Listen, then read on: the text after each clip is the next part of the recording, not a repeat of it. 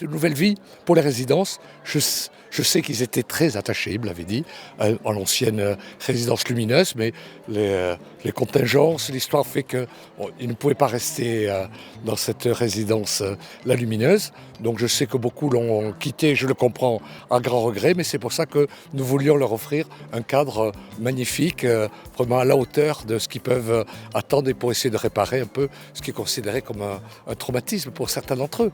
Donc je crois que le déménagement s'est très bien passé, grâce aux agents de la ville, aux élus qui se sont investis aux côtés des résidents pour faire en sorte que ça se passe dans les meilleures conditions, et ça a été le cas. Et en plus qui est bien placé, ici elle est entre deux quartiers avec le tram qui passe devant, un écran de verdure aussi, je pense, et puis des tas de services.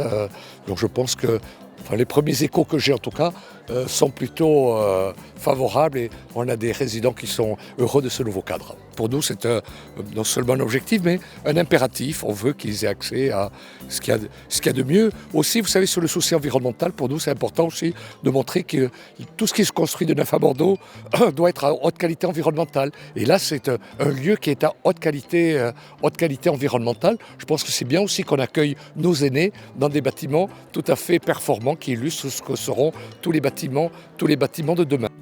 L'intérieur est très agréable parce que ça nous permet un peu d'avoir de la verdure. Ça nous fait plaisir qu'on ait quand même quelques brins de verdure dans ce petit coin, quoi. Les appartements sont très fonctionnels et très agréables à vivre quand même, malgré que j'étais tout à fait contre au départ. Déjà, le personnel de la résidence est à notre écoute permanent.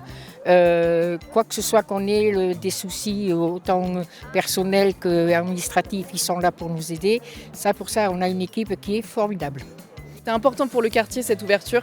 Il y avait un club senior aux Aubiers qui a fermé il y a plusieurs années avant le Covid et qui n'a pas pu réouvrir pour des raisons d'accessibilité et de bâtiment. Donc là, c'est un événement pour le quartier d'avoir cette nouvelle résidence autonomie et vraiment celles et ceux qui l'ont intégrée, les résidents de l'ancienne résidence La Lumineuse sont ravis de ces nouveaux espaces. Bâtiments modernes, bien équipés, avec des grands espaces, avec des appartements aussi qui sont plus grands, plus d'appartements pour des couples, plus de T2.